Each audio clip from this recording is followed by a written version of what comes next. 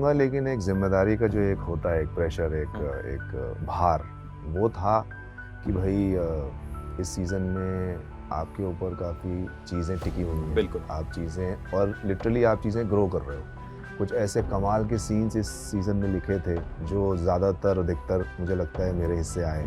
घायल कालीन भैया को शरद ले जाता है। उस समय उसके दिमाग में ये था कि हाँ, वो एक बहुत ही बड़ा खिलाड़ी है इस पूरी चीज़ में, तो उसका तो बचना मेरे लिए तो छोड़िए, इस पूरी कहानी के लिए, उस पूरे ये जो भी मिर्ज़ापुर का जो ड्रामा है, जो पॉलिटिक्स है उसकी, कि कौन गद्दी किसके लिए कहाँ जाएगी, वो है डिसीजन मेकर। सिंपैथी के मैसेज आ रहे हैं कि पूरा सीजन सीएम साहिबा को मतलब पटाने में लगे रहे। ये तो एक्चुअली इतना, ये एक अलग, ये मीम इसके बन रहे हैं। माधुरी भाभी को देखो कि भाई वो तो पहले एक, फिर दूसरे, फिर तीसरे बढ़ाई, वो तो मांगलिक टाइप है क्या वो, इस तरीके का कुछ तो बड़े मीम जो भी हैं चल रहे हैं। जब शरद और माधुरी एक दूसरे से मिलते हैं और तो मुन्ना भैया ऊपर से देख रहे हैं स्वर्ग से कि अरे भाई ये हो क्या रहा है। तो इस तरीके की चीज़ें काफ़ी हैं। शरद गए नहीं हैं, वो हैं। ये एक षड्यंत्र है कालीन भैया और शरद के बीच। इस बार इसमें अश्लीलता कम, गालियाँ कम, वायलेंस है लेकिन कम बनिस्पत जो पहले सीजन में था, ठीक है, लेकिन थोड़ा बहुत क्रिटिसिज्म फिर भी है। आपका सबसे फेवरेट किरदार कौन सा है मिर्जापुर का, आपको छोड़ के? बीना है, जैसे जो मेरी मदर हैं, मेघना मलिक। फिर लंबा अरसा, लेकिन जिसको मैं आज के टाइम पे अपना एकदम जो बेस मानता हूँ, जिस इंसान से मैंने चीज़ें काफ़ी सीखी, जहाँ से शुरुआत हुई, मकरंद देशपांडे। एक तरीका होता है कि आपको डायरेक्टर और वो प्ले या वो कहानी कैरेक्टर से जोड़ती है और आप उसके इमोशन के थ्रू, वो रो रहा है, दुखी है, खुशी है, उसके थ्रू आप वो कहानी अपने अंदर महसूस करते हैं। दूसरी चीज़ होती है कि वो एक ऐसी चॉइस है जो आपको अनसेटल कर देगी। अच्छा, जब हम नॉर्मल इंटरव्यूज करते हैं ना तो हम ऐसे करते हैं, लेकिन जब हम मिर्जापुर देखने के बाद इंटरव्यू करते हैं ना तो अपने आप बॉडी लैंग्वेज जो है ना ऐसी हो जाती है। मैं तो देखिए पहले ही एड से बैठा हूँ।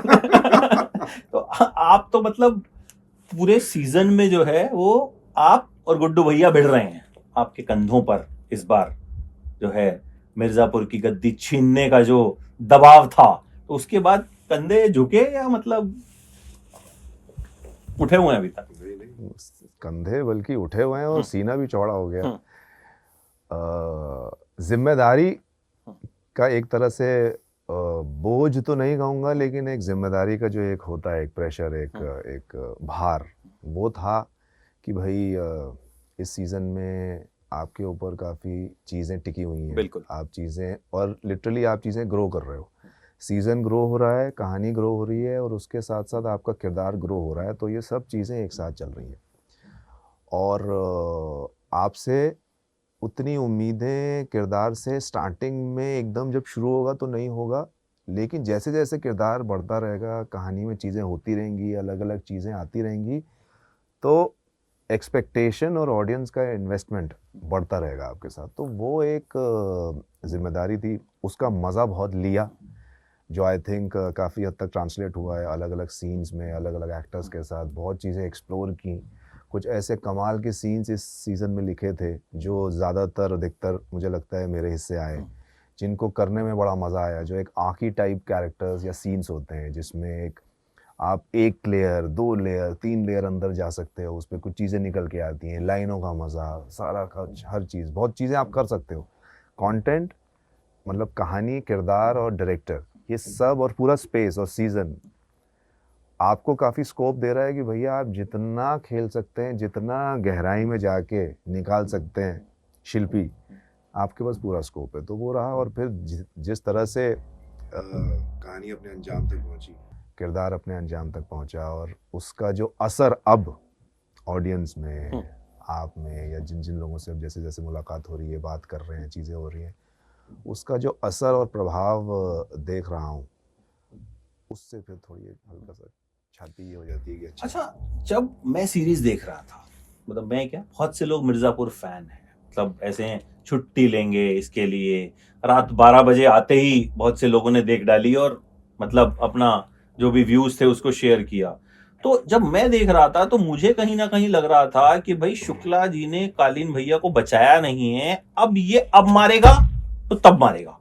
तो जब आप पढ़ रहे थे सीजन 3, आपको लगा था जब आप एंड तक नहीं पहुंचे थे? नहीं, ऐसा कभी भी नहीं था कि अब मारेगा तब मारेगा। हाँ, वो ड्रामा ज़रूर हम प्ले कर रहे थे ऑडियंस के लिए, लेकिन जिस परिस्थिति में अगर मैं थोड़ा पीछे जाऊँ, जो सीज़न 2 का अंत जहाँ होता है कि घायल कालीन भैया को शरद ले जाता है, उस समय उसके दिमाग में ये था कि हाँ, अचानक से इस समय एक तो सामने देखना कि यार एक आदमी घायल पड़ा है, लिटरली मर भी सकता है।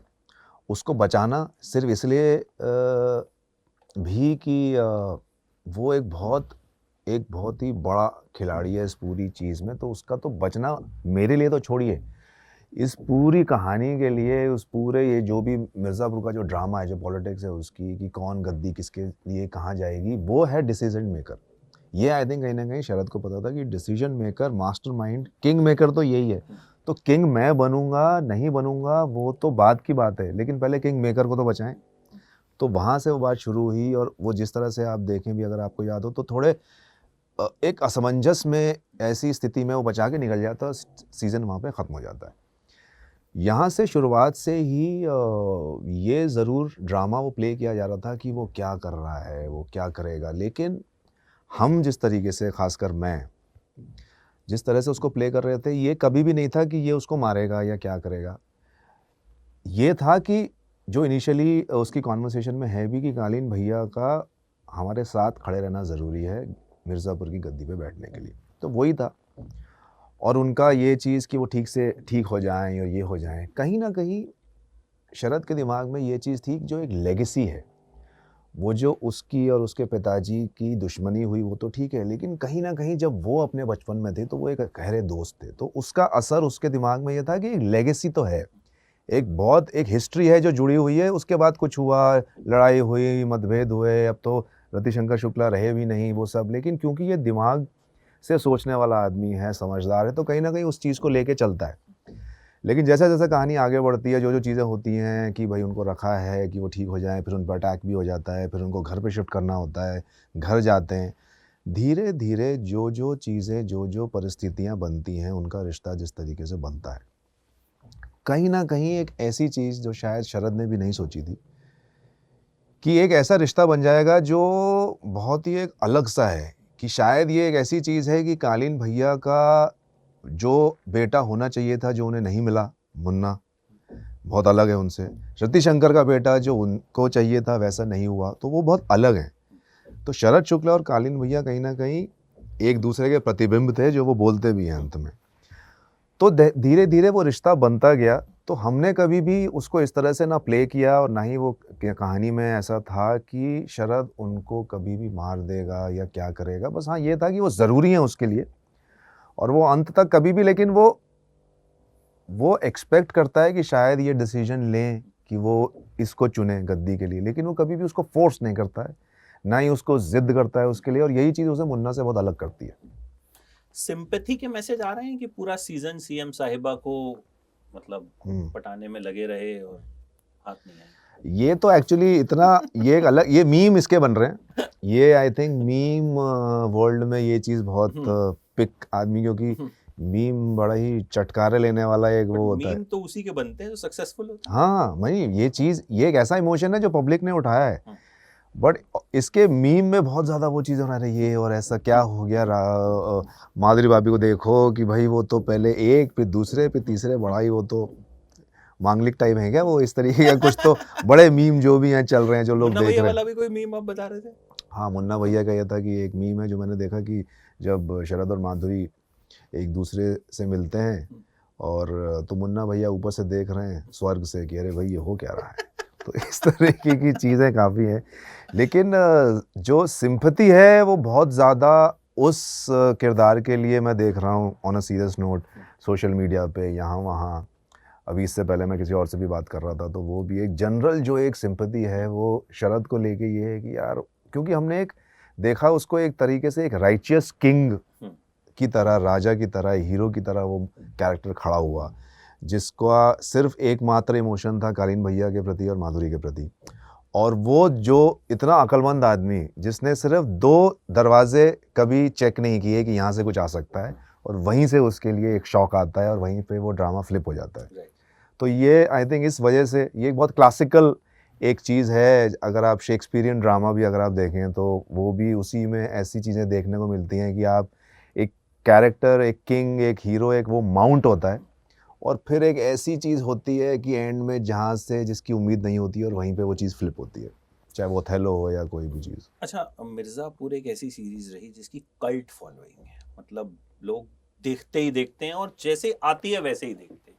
इस बार आई, कुछ लोगों को लगा नहीं यार ये तो स्लो है, इसमें तो खून खराबा कम है, पहले लगा था कि बहुत ज़्यादा है, और फिर धीरे धीरे धीरे धीरे करके अब कहीं ना कहीं लोग इसका पोस्टमार्टम कर रहे हैं, वहाँ ऐसा हुआ था इसलिए इसको ऐसा बनाया गया है। सीजन 4 के प्लॉट को लेके कई सारी थ्योरीज ऑडियंस ने निकाल दी हैं। आप तक कौन कौन सी थ्योरीज पहुंची हैं अभी सोशल मीडिया के जरिए?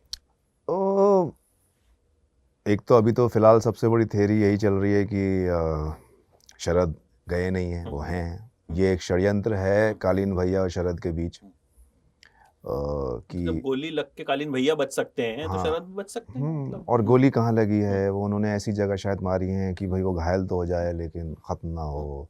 और इनफैक्ट मैं परसों ही किसी ने मुझे भेजा, किसी ने वो ऑल्टरनेट टाइमलाइन जैसे नहीं होते वीडियोस कि उन्होंने एक पूरा किया कि क्या हुआ, उन्होंने ये किया, वो गिरा और फिर ये सारी चीज़ें गद्दी पे बैठा, फिर उन्होंने रिवाइंड किया और कहा लेकिन इसका दूसरा पक्ष ये भी हो सकता है कि ये शायद जानबूझ के किया है और ऐसा, और ये देखिए वो जो देख रहे हैं वो एंड में उन्होंने जो लुक दिया है तो इसका मतलब कोई ऐसी चीज़ है। और वो पुलिस वाले को भी कहते हैं कि नहीं, उसकी बंदूक नीचे करवा देते हैं। तो क्यों करवाते हैं वो, इसके पीछे कुछ है, वो नहीं करने देते, वो पूरी चीज़ अपने कंट्रोल में रहते हैं और फिर पुलिस वाले को भी कहते हैं कि चलो, उसे भी ले जाते हैं, उसे अकेला छोड़ जाते हैं कि शायद वो यहाँ से कुछ और किसी और तरफ निकल जाए। तो ये एक थ्योरी है। उसके अलावा और कई थ्योरीज हैं कि उनको सेट कर देना था और लोगों में ये बताना था कि अभी ये मैंने कर दिया, लेकिन मेन क्योंकि दो बड़े मास्टरमाइंड एक साथ आए थे सीजन 3 में, तो अब यहाँ से जो भी सेट होगा वो यही चीज़ प्लान करेंगे, ये अभी हम नहीं बता रहे हैं। तो ऐसी कुछ थ्योरीज हैं। बाकी आपने जो क्रिटिसिज्म की इनिशियल बात की वो ये है कि अच्छी बात है ये, क्योंकि किसी भी आर्ट फॉर्म में ना क्रिटिसिज्म बहुत ज़रूरी है। बिल्कुल, ये आपने मतलब एकदम ये बात बहुत कम एक्टर्स बोलते हैं। कोई भी आर्ट फॉर्म, सी आर्ट एक ऐसी चीज़ होती है, प्योर आर्ट जिसकी हम बात करते हैं, कभी भी आर्ट आपको हमेशा खुश, एक्साइट, एंटरटेन करेगी ज़रूरी नहीं है। आर्ट आपको अनस्टेबल भी करेगी, आर्ट आपको अनसेटल भी करेगी। और आज से नहीं, ये आप आदिकाल से देख लीजिए, चाहे वो पेंटिंग हो, चाहे वो किताब हो, कहीं वो ऐसी चीज़ हो, चर्चा ज़रूरी है। आर्ट का मतलब ही है कि ये कॉन्वर्सेशन को ओपन करना। अगर आज आपको, और ये इनिशियल जैसी चीज़ कि भाई मेरा तो ये इनिशियल एक कॉन्वर्सेशन पहले दूसरे दिन ये रहा कि अरे यार इसमें ये चीज़ है, वैसा, ये ज़रूरी है। ये चीज़ हमें ये बताती है कि इस देश का one of the top shows, अगर मैं एक तरह से कहूँ जब मोस्ट पॉपुलर शो, उसमें 2017 में एक कहानी बनी, वो आगे बढ़ी, सीज़न 2 आया, उसमें कुछ चीज़ें बदली, सीज़न 3 आया, किरदार बदले, दुनिया बदली और चीज़ें, लोग एक दूसरे की ज़िंदगी में लोग कम होते जा रहे हैं, लोग एक दूसरे को खो रहे हैं, ट्रेजेडी, सारा ड्रामा आगे बढ़ रहा है, कहानी आगे बढ़ रही है, किरदार बदलेंगे, कहानी बदलेगी। जाहिर सी बात है इस पे कॉन्वर्सेशन होना चाहिए और हो रहा है, जो कि बहुत अच्छी चीज़ है। दूसरे पड़ाव में जब आप आए हैं, 2-3 दिन जब गुजर गए, जैसा आप भी कह रहे हो, अचानक से फिर ये कॉन्वर्सेशन अब शुरू हो गया कि यार इसमें ये कितनी चीज़ अलग है, इस सीज़न की टोनालिटी अलग है, इसमें ड्रामा ज़्यादा है, इसमें परफॉर्मेंस है, इसमें एक नया किरदार इस तरह से दिख रहा है, ये तो एक हीरो की तरह है। सिंपैथी, आई थिंक इम्पैक्ट वही है, क्योंकि अगर इम्पैक्ट वैसा ना हो तो जो हम बात कर रहे हैं कि शरद शुक्ला मरा नहीं है, वो तो वापस आएगा, और यार वो ऐसा हीरो था, ऐसे कैसे हो सकता है, ये जो रिएक्शंस हैं, ये स्ट्रॉन्ग रिएक्शंस हैं, ये अगर आ रहे हैं तो इसका मतलब आप किरदार से जुड़े हैं, किरदार से जुड़े हैं मतलब कहानी से जुड़े हैं, मतलब वो चीज़ आपके लिए मैटर करती है। तो मेरा ये हमेशा मानना है कि बहुत अच्छा कॉन्वर्सेशन है, और मिर्ज़ापुर जो इतना बड़ा शो है, अगर ये कॉन्वर्सेशन ट्रिगर नहीं करेगा कि इस पे बात हो, कि आपको लगे यार देखो, मतलब ये कितनी खूबसूरत बात है जो मैंने सुना या मुझे पता चल रहा है कि 4 दोस्त किसी कैंटीन में बैठ के बात कर रहे हैं मिर्ज़ापुर सीज़न 3 के बारे में। एक कह रहा है भाई ये अच्छा था, दूसरा कहने लगे ये अच्छा।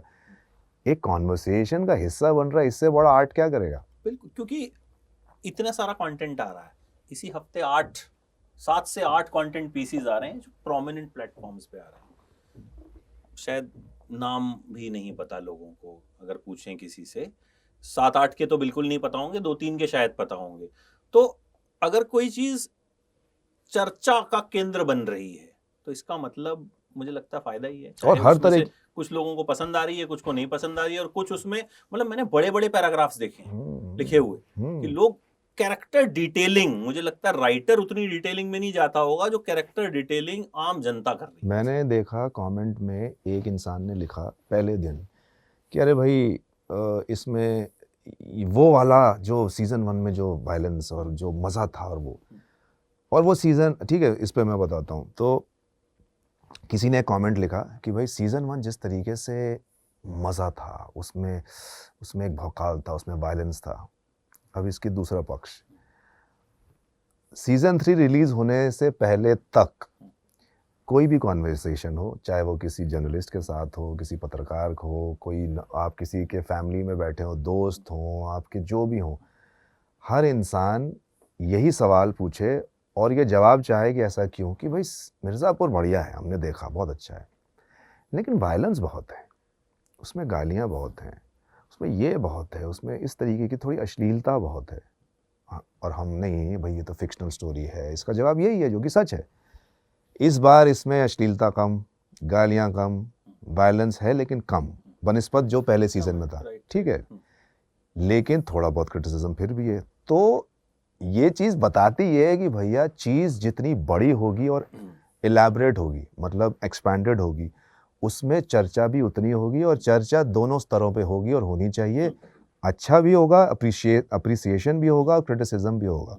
तो जैसा कि मैंने पहले कहा कि कोई भी चीज़ अपने पूरे मुकम्मल फॉर्म में तभी आती है जब उसमें दोनों तरीके की बातें हो, पक्ष और विपक्ष। बिल्कुल, ये आपने मतलब बहुत दिल जीतने वाली बात कही है, क्योंकि हर चीज में जो है वो कहीं ना कहीं मुझे लगता है दो पहलू होते हैं, दोनों की बात होनी चाहिए। प्रॉज एंड कॉन्स, मैं कभी जब कोई फिल्म मुझे बहुत अच्छी लगती है ना, मतलब एक्स्ट्राऑर्डिनरी, मतलब मुझे लगता है मास्टरपीस है, मैं उसे 5 में से 4.5 स्टार देता हूँ। बिल्कुल। हालांकि मुझे याद नहीं मैंने पिछली बार कब दिया था, और वो मुझे मतलब लास्ट में मेरी एक लाइन है कि आधा स्टार इसलिए कम क्योंकि जिंदगी और फिल्मों में बेहतरी की गुंजाइश हमेशा बनी रहती है। बिल्कुल बिल्कुल। तो मुझे लगता है कि वो क्रिटिसिज्म हमेशा रहना चाहिए, और वो अगर हो रहा है तो कहीं ना कहीं लोग देख रहे हैं तो हो रहा है, बिल्कुल तो देख रहे हैं, मुझे लगता है आज के वक्त में ये सबसे जरूरी है। हाँ, और ये थिएटर खाली पड़े, अब लोग जान ही रहे हैं इतनी करोड़ों की फिल्में बन रही हैं और लोग देखने नहीं जा रहे हैं, वहां यहाँ एक सीरीज को रात 12 बजे से लेके और सुबह तक रात काली करने के बाद भले ही वो उसमें लिख रहे हैं कि यार मतलब ये अच्छा था, ये बुरा था, बट आई थिंक और आपको इतना पता चलता है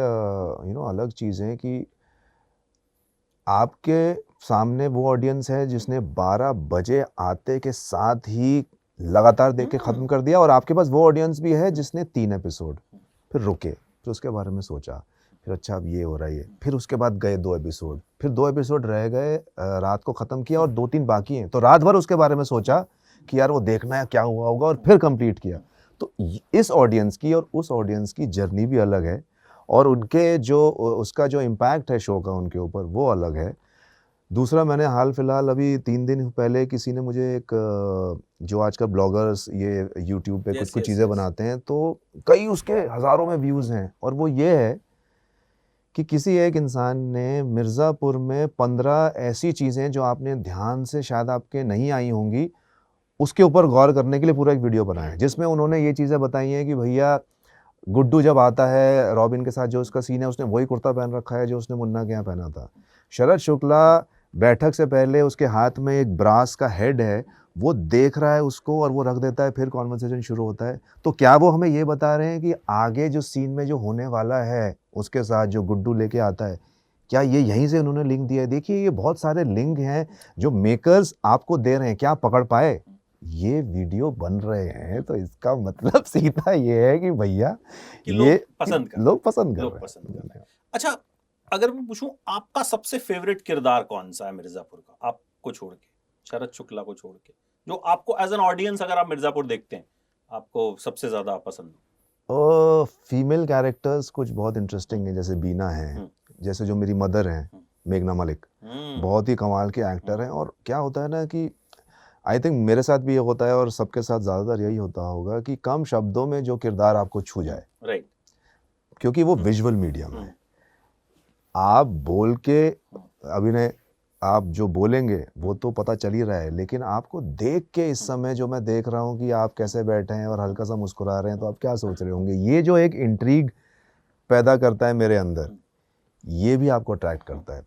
तो ऐसे इस तरीके की चीज़ें अच्छी लगती हैं। तो मेघना जी हैं, बीना है, रसिका, और रमाकांत पंडित, राजेश तेलांग, अरे वो मतलब बहुत ही उनके कमाल कैरेक्टर है। को भी हाँ, काफी डिटेलिंग इस इस बार बार दी है, बहुत इस ही कमाल के एक्टर हैं वो। इस बार एक शायर भी लॉन्च हुए हाँ, एक शायर जो लॉन्च हुए हैं, जो मतलब बहुत बढ़िया। कमाल की शायरी करते हैं वो। इस बार एक चीज आपने अगर नोटिस की हो कि जाहिर है आप तक भी सोशल मीडिया के जरिए चीजें पहुंच रही होंगी कि जिन कैरेक्टर्स की बातें पहले 2 सीजन्स में हुई थी, मेन कैरेक्टर्स जो जिनसे शुरू हुआ ये मुन्ना भैया, गुड्डू, कालीन भैया, इस बार जो और बाकी के किरदार हैं, शरद शुक्ला, सलोनी भाभी, राजेश तेलंग की आपने बात की, ठीक है, उनको लेकर के शायर हो गए जो, उनको लेकर के सोशल मीडिया पे बातें ज्यादा हो रही। बिल्कुल। और आपने बहुत सही चीज़ उठाई। कहीं पर भी देख लीजिए आप, इवन बाहर के देशों में जो बड़े-बड़े शोज़ बने हैं जिनकी बातें होती हैं, चाहे वो गेम ऑफ थ्रोन्स हो या वो दूसरे भी कोई भी शोज़ हों, या हमारे यहाँ पे भी जो शोज़ बहुत बड़े लेवल पे जो सक्सेसफुल हुए हैं, जिनकी राइटिंग अच्छी थी, जो बनाए भी अच्छे गए थे। जब उनके सीज़न दर सीज़न आते हैं, तो पहले, दूसरे, तीसरे तक आप जब पहुँचेंगे, तो यही होता है, कहानी आगे बढ़ती है और उसमें दूसरे कैरेक्टर्स एक्सप्लोर होते हैं और वो कहीं न कहीं कहानी से जुड़े होते हैं, और फिर वो मिलके एक ऐसा पॉइंट ट्रिगर करते हैं कि फिर आपकी मेन स्टोरी, मेन कैरेक्टर्स से भी जुड़ते हैं। ये सारी चीज़ें, ये जो है, ये तालमेल बना रहता है। सीज़न 3 तक चीज़ें काफ़ी दुनिया खुल जाती है, और सिर्फ़ ये मिर्ज़ापुर में नहीं, ये किसी भी अच्छे शो में ये चीज़ें होती हैं। राइट, तो राइट। लाज़मी है कि ये चीज़ें यहाँ पर भी होनी थी। वो आप नई-नई चीज़ें लाते हो, नई-नई चीज़ें एक्सप्लोर करते हो। इस सीज़न में हमने जैसे, मतलब इस सीज़न में तो ऐसी चीज़ हुई है, वो करेक्ट है वो लाइन, मतलब मैं तो बहुत ज़्यादा खुश था कि वो लाइन ट्रेलर में आई, जो कालीन भैया ही कहते हैं कि इस बार मिर्ज़ापुर में वो करवाएँगे, पूर्वांचल के इतिहास में वो करवाएँगे जो आज तक जो नहीं आज हुआ। तक नहीं हुआ। तो वो आज तक क्या था, वो बेसिकली वो शरद को बोलते हैं ये बात कि पूर्वांचल में तुमसे ये करवाएँगे जो पूर्वांचल के इतिहास में आज तक नहीं हुआ, कि पावर की जो सीट है उसी के 2 हिस्से कर दिए, मिर्ज़ापुर अलग, जौनपुर अलग। तो एक नया पावरफुल इंसान और एक सीट आपने क्रिएट की बतौर राइटिंग, आई एम सेइंग। तो ये सारी चीज़ें इट्स जस्ट कि आप अपनी दुनिया को और एक्सपैंड कर रहे हो। सीज़न 1 तक चीज़ें बहुत सीमित थी। कॉलेज के लड़के आपस की ये राइट, चीज़, राइट, मुझे ये करना है, तुझे ये करना है, भैया मुन्ना भैया की खुली जीप मिल जाए तो बहुत है, फिर ये, फिर वहाँ से कहानी और थोड़ी आगे बढ़ी, 2 में और खुली चीज़ें, 3 आते-आते एक इक्वल पावरफुल कैरेक्टर, मतलब मैं तो कहता हूँ ये राइटिंग को लेके एक बहुत बड़ा एक, या डायरेक्शन को लेके एक बहुत बड़ी चीज़ है कि आप, जैसा आपने भी जहाँ से बात शुरू की कि गुड्डू, कालीन, ये बड़े किरदार थे जो लोगों के ज़हन में बैठे हुए हैं। इनके सामने एक दूसरा किरदार खड़ा कर देना बहुत मुश्किल है। बहुत मुश्किल है, और ऐसे खड़ा करना कि उसको ऑडियंस एक्सेप्ट करे और उसके बारे में बात हो। उसके बारे में बात तो एग्जैक्टली। तो ये मेरी या किरदार की विक्ट्री से ज़्यादा ये उस मेकर की विक्ट्री है जिसने ये चॉइस ली है। मैं बल्कि ये लीजिए आपकी कॉफ़ी आ गई है। थैंक यू जी। मैं आपको एक रिव्यू कह रहा हूँ, एक कई जगह मैंने एक कमेंट है, बड़ा लंबा सा कमेंट है, ठीक है, मैं I send a screenshot and will send to you, जिसमें इस बात को बहुत कायदे से जस्टिफाई किया गया है कि ये सीजन पहले 2 सीजन से बेहतर है। उस आदमी ने, मतलब वो कौन है मुझे नहीं पता, वो एक आम दर्शक हो सकता है या कोई लेखक हो सकता है, उन्होंने इतनी अच्छी डिटेलिंग की है ना, मैं भी पढ़ रहा था तो मैंने कहा यार क्या कमाल का लिखा है। मतलब जो पढ़ लेगा उसको, और अगर उसने फॉलो किया है तो वो कहीं ना कहीं वो उसके 2 थॉट्स हो जाएंगे कि हाँ क्या वाकई में ऐसा है। तो ये भी है, तो मुझे लगता है अच्छा चर्चा हो रही है, इससे बेटर तो कुछ जी और नहीं, चाहिए बहुत सही नहीं। है। और लोगों ने मतलब ये यहाँ तक कहा है कि भाई मतलब कई लोगों ने तो सीज़न 2 से बेटर बताया, सीज़न 3 में ज़्यादा मज़ा आया उन्होंने कुछ चीज़ों पे, यही जैसे उसका ड्रामा ज़्यादा बड़ा है, वो बड़ा लगता है, विजुअली बहुत अच्छा है, इस बार स्केल बहुत बड़ा लगा है शो का। और ये चीज़ें कि भाई एक बहुत कमाल की चीज़ थी, जो बहुत ही ज़मीनी बात है कि भाई कहानी शुरू हुई है वहाँ से, मिर्ज़ापुर से, यूपी, बिहार से, लेकिन अब ये शो 2018 में बना, उसके बाद दुनिया कितनी बदल गई, समाज दर्शक कितना बदल गया, बदल गया, viewing दर्शक experience बदल कितना गया। कुछ बदल गया। आपकी कहानी को बदलना पड़ेगा। अब आपको जाना पड़ेगा वो इंटरनेशनल स्टैंडर्ड्स में, जहाँ पे ड्रामा धीरे-धीरे चलता है और फिर वो एक जगह आके पीक करता है। राइट। फिर वो ट्रिगर होता है। फिर उसके बाद कोई चीज़ होती है, उसका इम्पैक्ट होता है, वो आगे बढ़ता है, फिर धीरे-धीरे चीज़ें चलती हैं, जुड़ती हैं, करती हैं। तो वो एक फॉर्मेट है जो ज़्यादातर आज की ऑडियंस को अपील करता है। अगर आपको इवन इंटरनेशनल स्टैंडर्ड्स में भी अगर अपनी चीज़ को आपको अपील करवाना है, जो आप बना रहे हैं, उन सारी चीज़ों को मद्देनज़र रखते हुए कई लोगों ने सीज़न 3 पे वो चीज़ें पॉइंट आउट की हैं कि इसमें ये चीज़ें हैं। तो मतलब सारी कुल मिला के बात ये है कि माहौल बहुत खुशी का है। माहौल जम गया। सैटिस्फाइड, हाँ, माहौल जम गया। माहौल तो जम सबसे गया। बड़ी बात है कि माहौल जम गया है, उसमें हर तरह खुशी भी है, गम भी है, गोली भी है, गाली भी है। अच्छा, वैसे आपको रियल लाइफ में गाली वाली देते हैं? बहुत कम। बहुत कम। डिसेंट आदमी है। नहीं है हमारे ऐसा। डायलॉग इसी का है ना कि नाना पे मत जाना, नाना हमारे बहुत डिसेंट फैमिली से। ये इन दिनों आप माने ये नहीं, अभी 2-4 दिन पहले की बात है, मैं रात को ऐसी मेरा मूड थोड़ा वो हुआ, तो मैंने ऐसे ही दोबारा लगा लिया मिर्जापुर। मतलब मैंने कहा ये देखते हैं, वो देख के जो है थोड़ा सा मैंने देखे 1-2 एपिसोड और एकदम चार्ज अप हो गया। तो ये इस सीरीज की खासियत है, ये आपको कर देती है। अच्छा, now talking about your journey, आपको एक्टिंग के कीड़े ने कब काटा था? व्हेन यू थॉट एक्टर बनूंगा? मुझे बहुत धीरे-धीरे, अगर आपके ही ज़बान में मैं उसका जवाब दूँ, तो वो कीड़ा काट रहा था, मुझे बहुत लेट पता चला कि अच्छे तो बहुत टाइम से काट रहा है। फिर मैंने उसे नोटिस किया। मैं एक्चुअली बचपन से ही देखिए सिनेमा का बहुत शौक था, फ़िल्में देखने का शौक था कि फ़िल्में, ये दुनिया एकदम ऐसे जादू का। आपने वो फ़िल्म देखी होगी सिनेमा पैराडीज़ो, एक बहुत बड़ी फ़िल्म है। उसमें एक बच्चा है जो प्रोजेक्टर रूम से फ़िल्में देखता है और उसको कुछ अलग ही दुनिया दिखती है उसमें। तो वही वैसा सा ही था कि आपको फ़िल्में दिख रही हैं, आप देख रहे हो शक्ति, दीवार, काला पत्थर और ये सारी चीज़ें, और ऐसी फ़िल्मों के किरदार, ड्रामा, सब कुछ। तो वहाँ से चीज़ें शुरू हुई। उसके बाद फिर करते-करते अपने जीवन में हम क्योंकि I come from a middle class family, तो ऑब्वियसली आपके पास इतना ज़्यादा जोश नहीं होता है कि आप ये सोचें कि अच्छा ऐसा है कि हमने अब कॉलेज कर लिया है, अब हम एक्टर बनेंगे। आप अपनी जद्दोजहद में लगते हो और आगे बढ़ते हो। कब बनना क्या था आपको उस टाइम? पता नहीं, मैंने तो ग्रेजुएशन कैसे ना कैसे ख़त्म की, फिर मुझे ये था कि अब मुझे जॉब वॉब कुछ करना है, करते-करते लेकिन मिल नहीं रही थी चीज़ें। तो तब मेरा अचानक से मेरे अंदर ये चीज़ें डेवलप हुई कि यार मुझे क्योंकि रुचि है, मन है, तो करता हूँ। और मेरे सामने आई थिंक ऐसा कुछ इत्तेफ़ाक भी हुआ कि मैंने एक देखा कहीं कोर्स है 1-1.5 साल का फ़िल्म मेकिंग के ऊपर, तो मैंने कहा ये करता हूँ। तो मैंने वो कोर्स किया जिसमें मुझे टेक्निकल एस्पेक्ट, स्क्रिप्टिंग, डायरेक्शन, ये वो सारी चीज़ें, उसकी कमाल की एक क्लास होती थी कि भाई हम फ़िल्म अप्रिसिएशन बोलते थे उसको, कि वर्ल्ड सिनेमा देखते थे और उसमें चर्चा होती थी। तो वो मेरे लिए खूबसूरत पल थे उस क्लास के, उस दिन के। और मात्र मेरी जो भी मैं कोर्स कर रहा था वो तो 3 घंटे में ख़त्म हो जाता था, सुबह से लेके दोपहर तक जो भी है। लेकिन मैं पूरा दिन रात तक वहीं पे रहता था। कभी इस क्लास में बैठ गया, वो एकदम जो बात है ना फिर थ्री इडियट्स की, जो आमिर का कैरेक्टर कहता है कि भैया ज्ञान हर जगह से आ रहा है, कहीं से भी ले लो। तो कभी सिनेमेटोग्राफी क्लास में बैठ गया, कभी कुछ कर लिया, कभी ये देख लिया, और करते-करते फिर बस फिर वहाँ से एक इंटरेस्ट बना। और उसके बाद एक और फिर निकले तो एक इंटर्नशिप की कोई नौकरी मिल गई। एक कैमरा डिपार्टमेंट में एक मैं अटेंडेंट टाइप था, तो वहाँ पे रहा बहुत टाइम तक। एक बहुत मशहूर सिनेमेटोग्राफर थे जिन्होंने सुभाष घई के साथ काम किया है, कमलाकर राव, उनके साथ इंटर्न था मैं। करते-करते फिर मैं एडी बना। यहाँ तक होते-होते, एडी तक होते-होते मुझे इतना एक्सपोज़र हो गया था मेकिंग का, कैमरे के पीछे का, तो मैं एज़ एन एक्टर एग्ज़ैक्टली मुझे क्या करना है और क्यों करना है, मेरे को तब तक समझ काफ़ी आ चुकी थी।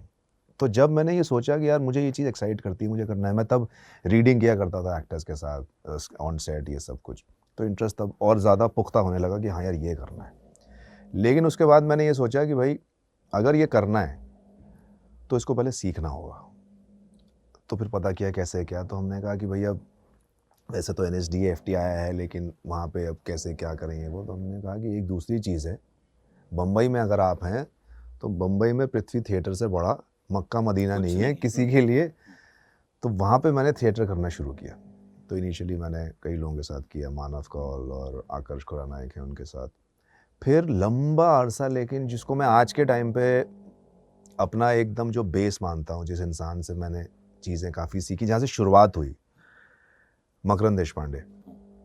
मैक्स सर के साथ मैंने कुछ 6-7 साल लगातार प्लेस किए उनके, काफ़ी मतलब हम साथ ही में रहते थे, क्या बन रहे हैं क्या कर रहे हैं। जिन नाटकों का मैं हिस्सा नहीं हूँ उसके साथ भी मैं रहता था कि रिहर्सल हो रही है, ये सारी चीज़ें सब कुछ। तो वो पूरा प्रोसेस चला लंबा।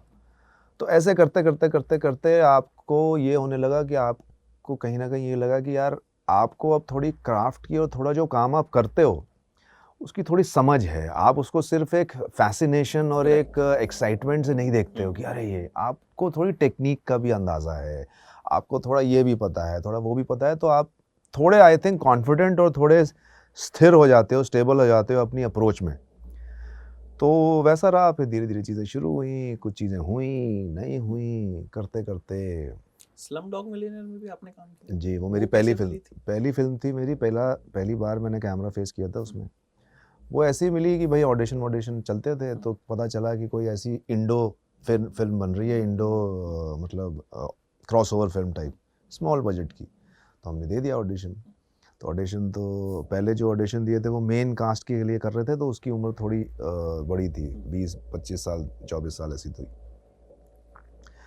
लेकिन फिर बाद में वो 16 साल हो गई, तो वो तो खैर ख़त्म। फिर उनकी जो कास्टिंग डायरेक्टर हैं लवलीन टंडन, उनका फ़ोन आया बहुत 2-3 महीने बाद कि भाई मैं अपने कुछ छोटे-छोटे पार्ट्स हैं, तो मैं अपने जो भी दोस्त हैं जिन्हें जानती हूँ, उन्हें कह रही हूँ कि कम, एक्सपीरियंस अच्छा होगा ये वो, डैनी बॉयल के साथ।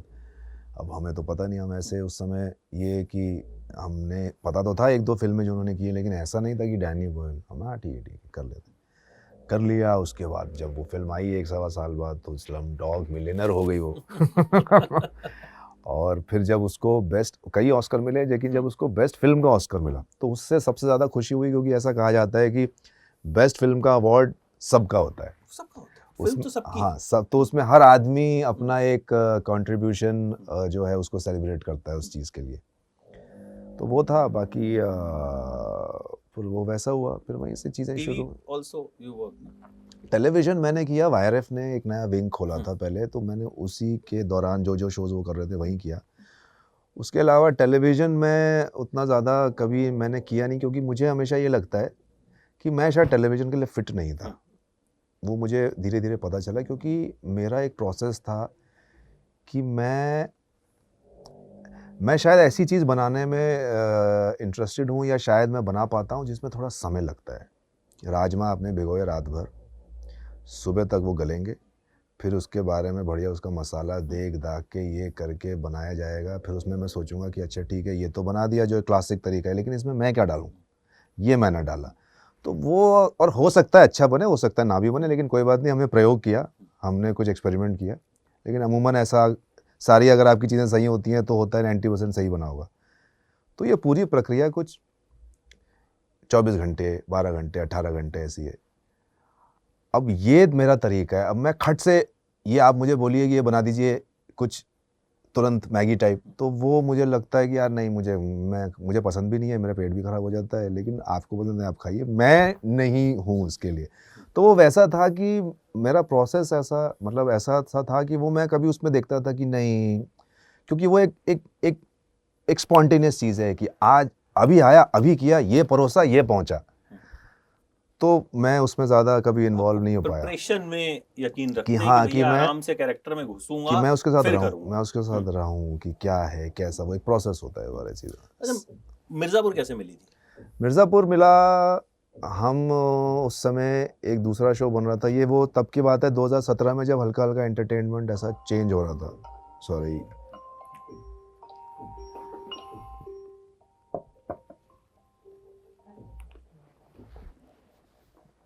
ये फिर से ले लें सवाल। हाँ, मिर्जापुर कैसे मिली? मिर्ज़ापुर ऐसे मिला कि जब धीरे-धीरे एंटरटेनमेंट इंडस्ट्री और व्यूइंग एक्सपीरियंस बदल रहा था, लॉन्ग फॉर्मेट आ रहा था, तो एक शो बन रहा था क्रिकेट के ऊपर, इनसाइड एज। हमने ऑडिशंस वगैरह हम दे रहे थे हर चीज़ों के लिए, उसके लिए हमने दिया, और ऑलमोस्ट उसमें एक प्राइमरी रोल के लिए मेरा सिलेक्शन हो गया था, मैं कर भी रहा था कन्फर्मेशन वगैरह, लेकिन फिर लास्ट मोमेंट में किसी वजह से वो नहीं हुआ, और फिर किसी दूसरे एक्टर ने किया, क्योंकि वो उनको चाहते थे। इससे हम बड़े दुखी कि भाई अरे ये तो होने वाला था, और तब तो ऐसी चीज़ लगती थी ब्रेक, कि अरे यार ये तो ब्रेक था, क्योंकि ब्रेक है और ये मिल जाएगा तो पता नहीं क्या हो जाएगा। एक्सेल एंटरटेनमेंट, इतने बड़ा कंपनी और अच्छे लोग, अच्छी चीज़ बन रही है, अच्छा रोल। नहीं हुआ, खैर जो भी। उसके बाद पता चला कि एक दूसरा शो बन रहा है जो इस तरीके का हार्टलैंड का है, और उसमें अच्छे स्क्रिप्ट सुनने में आ गया था कि किसी भी अच्छी चीज़ को जब वो उसकी कास्टिंग भी शुरू होती है तो खबरें आने लगती हैं कि वो अच्छा है भाई, उसमें वो फलना एक्टर हैं, ये है वो है सब। तो मेरी एक दोस्त है रसिका रसिका दुग्गल, वो हाँ बीना भाभी, तो वो कर रही थी वो चीज़, मुझे पता चला कि स्क्रिप्ट अच्छी है, फिर पता चला कि पंकज जी भी कर रहे हैं, तो ऐसा लगा कि यार ये कुछ अच्छा बन सकता है। और हमेशा से ये एक चाहत थी अंदर एज एन एक्टर कि यार रोल भले ही अभी बड़े नहीं मिल रहे हैं, छोटे जो भी जैसे हैं, लेकिन अच्छे कंटेंट से और अच्छी कहानी से जुड़ें तो वो इम्पॉर्टेंट है, क्योंकि फिर आप क्रेडिबिलिटी से आप जुड़ते हैं। कोशिश की, अभिषेक बैनर्जी जो कास्टिंग करते हैं वो दोस्त भी हैं, तो उनको ज़बरदस्ती बोला कि भाई हमें ऑडिशन करना है, मेन रोल के लिए ये करना है, जानते हुए कि भैया शायद मेरा टेम्परामेंट या जो कास्टिंग के हिसाब से मैं फिट नहीं हूँ, लेकिन करना है, कर तो लो, क्या हो गया, मना कर देना, कर लो, लेकिन कर भी लिए। लेकिन उसमें कुछ चीज़ें हुई नहीं। एक दूसरा रोल था, उसमें उनको उम्र में थोड़ा बड़ा एक्टर चाहिए था, कुल मिला के वो चीज़ें नहीं हुई। हमने कहा भैया हो गया, ये भी नहीं मिल रहा। 15-20 दिन पहले शूट से फ़ोन आया कि भाई आप, एक छोटा सा रोल है, फ़िलहाल इस सीज़न में एक ही सीन है, लेकिन मुमकिन है अगर आगे बढ़े तो बढ़ेगा। तो मैंने कहा ठीक है, पढ़ा सीन, तो सीन में वही है, थोड़ी एक अपनी वो चीज़ काम आई कि कहीं पढ़ा था या सुना था कि जो अच्छी स्क्रिप्ट या अच्छा सीन आप उसको कह सकते हैं जिसमें एक प्रॉपर बिगिनिंग, मिडल और एंड हो। वो सीन पढ़ के मुझे ये लगा कि यार ये कैरेक्टर एक नया इंट्रोड्यूस होता है, वो अपनी बात कहता है, वो एक कॉन्फ्लिक्ट भी है कि जो बाप चाह रहा है वो ये नहीं करना चाह रहा है, उसको एक सजेशन भी दे रहा है, सजेशन दे रहा है जो one of the biggest characters हैं कालीन भैया के लिए कि भैया आप न्यूट्रल ग्राउंड पे ही करिए, मुन्ना के लिए कह रहा है उस पर टाइम मत वेस्ट कीजिए, वो एक कमज़ोर कड़ी है। तो एक कैरेक्टर जो सिर्फ इंट्रोड्यूस हुआ है, अगर वो इतनी बड़ी बातें कर रहा है तो राइटिंग अच्छी है, और अगर इस सीन की राइटिंग अच्छी है तो पूरे शो की क्या होगी। तो ये सोच के हमने वो तुरंत करना मंजूर किया, उसको किया, ख़त्म किया, भूल गए।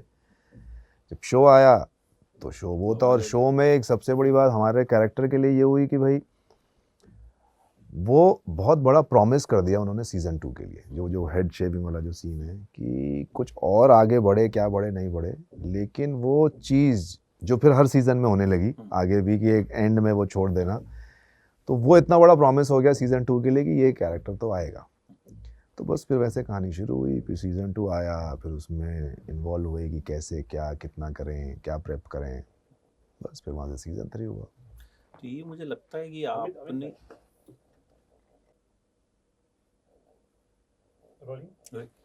ये मुझे लगता है कि कहीं ना कहीं आपने जो पर्दे के पीछे काम सीखा उसकी ही वजह से था कि आपको कहीं ना कहीं समझ में आया कि ये एक सीन जो है ये कहाँ जा सकता है। हाँ बिल्कुल, मतलब मेरा ख्याल है, देखिए वैसे तो इस फील्ड में या जीवन में भी आप कोई भी चीज़ जितनी ज़्यादा सीखते हैं, मुझे ये लगता है कि क्रिएटिव फील्ड ऐसी है, बतौर चाहे आप एक्टर हैं, राइटर हैं, ओरेटर हैं, डायरेक्टर हैं, अगर आपका ज़िंदगी में एक्सपीरियंस एनरिचिंग है तो वो आपका क्रिएशन में भी आएगा ही। मतलब बहुत कम ऐसा होता है कि बहुत ही टैलेंटेड, अक्लमंद, सेंसिबल राइटर, एक्टर, डायरेक्टर अमूमन अपनी ज़ाती ज़िंदगी में बेवकूफ़ होगा। वो वहाँ पे भी एक ठीक-ठाक अक्ल से चलने वाला इंसान, सूझ-बूझ रखने वाला ही होगा, अगर वो एक्टर अच्छा है तो। तो हाँ, वो है, मतलब क्योंकि एक तरीके का एक्सपीरियंस रहा, काफ़ी चीज़ें सीखने की एक कोशिश थी हमेशा से, आज भी है, तब बहुत ज़्यादा थी। और क्योंकि तब और कोई आप इंसेंटिव नहीं ढूँढते थे, आपको पैसे कितने मिल रहे हैं, आप क्या कर रहे हैं, नहीं कर रहे हैं, क्या होगा इसका फ़ायदा, कुछ नहीं है। भाई ये कोई नई चीज़ है, सीखने में एक्साइटमेंट है, बस ये इसी में पूरा दिन इसी में लगा हुआ है। तो कहीं न कहीं उन सब चीज़ों का एक वो फ़ायदा तो होता ही है, आपके पास एक वो एक एक्सपीरियंस ही है, मेरा ख़्याल है, जो इंसान को कॉन्फिडेंस देता है या नहीं देता है। तो हाँ, मतलब उन चीज़ों का तो बहुत एक वो रहा। लास्टली वो सवाल जो अब आपसे सबसे ज़्यादा पूछा जाएगा, मैं शुरू कर देता हूँ, हालांकि हो सकता है शुरू हो भी गया हो। सीज़न 4 पे क्या अपडेट है? सीज़न 4 पे अपडेट तो अभी तो खैर मतलब अभी सीज़न 3 हुआ, ये सीज़न 3 अपडेट ये है कि एक बहुत बड़ा एक ऐसी चीज़ पे हमने कहानी को रोका है कि मतलब मुझे लगता है कि not because I was part of it, लेकिन मुझे कहीं ना कहीं लगता है कि सीज़न 1 की एंडिंग भी ड्रामेटिक थी, 2 की भी ड्रामेटिक थी, लेकिन 3 की जो एंडिंग है वो इतना ज़्यादा ड्रामा लेके ख़त्म हुआ है कि इसके आगे मतलब चीज़ें इंटेंस, ड्रामेटिक, डार्क या कुछ अलग ही होंगी। इट्स बेसिकली जो बोलते हैं ना कि अब आप ऐसी दिशा में चले गए, अब वहाँ से वापस तो नहीं आ सकते वाली जो बात होती है कि यार अब आप बहुत अलग चले गए हैं।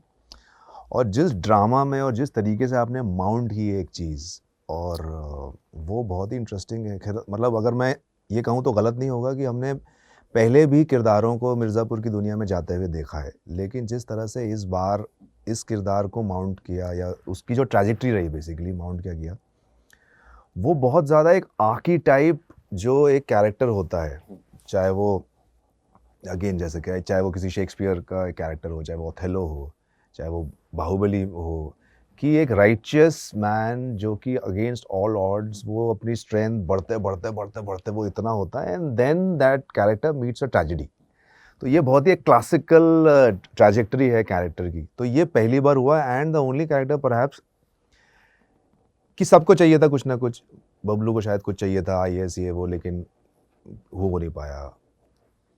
किंग ऑफ मिर्ज़ापुर जो हो सकते थे मुन्ना भैया, वो पूरी ज़िंदगी उन्हें वो चाहिए था, लेकिन फाइनली उन्हें वो नहीं मिल पाया। मेरा ख्याल है एक ही कैरेक्टर है फिलहाल जिसकी ट्रैजेक्टरी जो थी उसने वो पूरी की, कि उसको हमेशा से स्टार्टिंग से हमें मिर्ज़ापुर चाहिए शरद, जो उसके पिताजी उसे बोलते हैं, वहाँ से वो शुरू की, एंड फाइनली वही है जो बैठा है गद्दी पे।